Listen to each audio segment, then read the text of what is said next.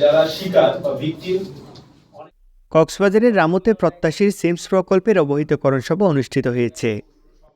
Stake হোল্ডারদের কথা চিন্তা করতে হবে, আমাদের যারা ইউনিয়ন পরিষদের চেয়ারম্যানরা আছেন।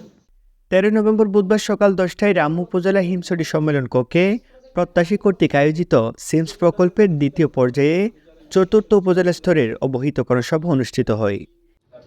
এবং এই যে উদ্যোগটা, এটা আসলে এতে প্রধান অতিথি হিসেবে উপস্থিত ছিলেন জেলা আইন সহায়তা কর্মকর্তা সিনিয়র সহকারী জজ সাজেতুন্নেসা, রামু উপজেলা সহকারী কমিশনার সাজিদুল জাহিদ রাতুলের সভাপতিত্বে এবং প্রকল্প ব্যবস্থাপক বশির আহমেদ মনির সঞ্চালনায় বিশেষ অতিথি হিসেবে উপস্থিত ছিলেন ডেমুর সহকারী পরিচালক লিটন কান্তি চৌধুরী ও রামুর ওসি তদন্ত মোহাম্মদ ফরিদ।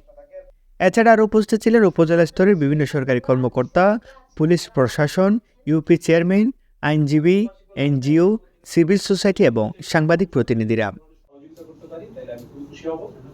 ধন্যবাদ।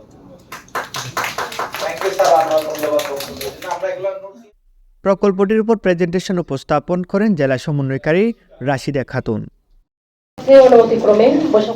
সরকারি প্রতিষ্ঠানের সাথে সমন্বয়ের দায়িত্ব পালন করেন উপজেলা সমন্বয়কারী জনাব সাইফুল ইসলাম। সিমস প্রকল্পটি এসডিসি দ্বারা অর্থায়িত এবং টেকনিক্যাল সহায়তা প্রদান করেছে হেল্পহেটাস বাংলাদেশ এবং বাস্তবায়ন করছে প্রত্যাশী। এছাড়াও এই প্রকল্প আইনত পরামর্শ ও সহায়তা প্রদান করছে বিএনডব্লিউএলএ। স্টেক হোল্ডারদের কথা চিন্তা করতে হবে, আমাদের যারা ইউনিয়ন পরিষদের চেয়ারম্যানরা আছেন। নিউজ ডেস্ক, রামু খবর 24। সবাই নোট দিবেন যদি কারো কোনো প্রশ্ন থাকে, এরপর আমরা মুক্ত আলোচনা করব। জায়গায় ব্যক্তি